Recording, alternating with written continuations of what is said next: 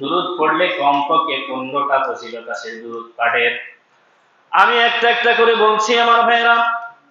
যখন কোন মানুষ রাসূলুল্লাহ সাল্লাল্লাহু আলাইহি ওয়াসাল্লামের প্রতি মাত্র একবার দুরূদ পাঠ করে, সাল্লাল্লাহু আলাইহি ওয়াসাল্লাম, সবচেয়ে ছোট দুরূদ কি?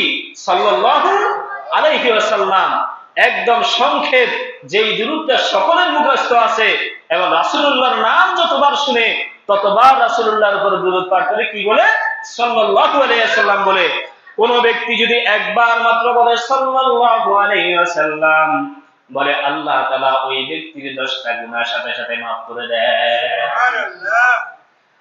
আল্লাহ তাআলা বলেন, আমার হাবিবের উপর মাত্র একবার দুরূদ পাঠ করলে আমি ওই ব্যক্তির, আমার ওই বান্দার কমপক্ষে 10টা গুনাহ আমি সাথে সাথে maaf করে দেই।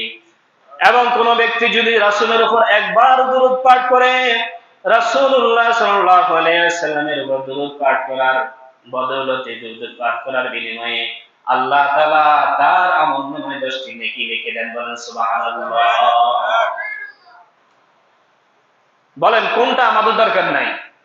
আমরা চলতে ফিরতে 24টা ঘন্টার মধ্যে আমরা গুনার মধ্যে নিমজ্জিত আছি, ডুবে থাকি, আমাদের গুনাহ হয় কি হয় না? তাহলে রাসূলের উপর যদি মাত্র একবার দুরূদ পড়লে 10টা গুনাহ maaf হয়ে যায়, তাহলে এই দুরূদ আমি আপনি রাসূলের প্রতি কতবার পড়া দরকার? প্রত্যেকদিন কতবার পড়া দরকার? এরপরে রাসূলুল্লাহ সাল্লাল্লাহু আলাইহি ওয়াসাল্লামের উপর দুরূদ পাঠ করার কারণে আল্লাহ তাআলা শুধুমাত্র ওই 10টা বদ আমাদের maaf করেন না, 10টা গুনাহ maaf করেন না, বরং ওই 10টা গুনার জায়গায় আল্লাহ তাআলা 10টা নেক লিখে দেন। যদি একটা পৃষ্ঠার মধ্যে পেন্সিল দিয়ে কোনো ছাত্র লেখে, লেখার পরে যদি রাবার দিয়ে সেই লেখাগুলো মুছে ফেলে, ওই লেখার জায়গায় একটা দাগ থাকে কি থাকে না?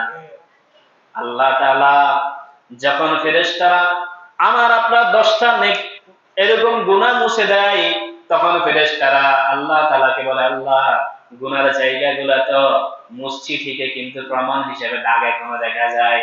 আল্লাহ তাআলা বলে, দাগ যেন দেখা না যায়, ওই 10টা গুনার জায়গায় 10টা নেক লিখে দাও।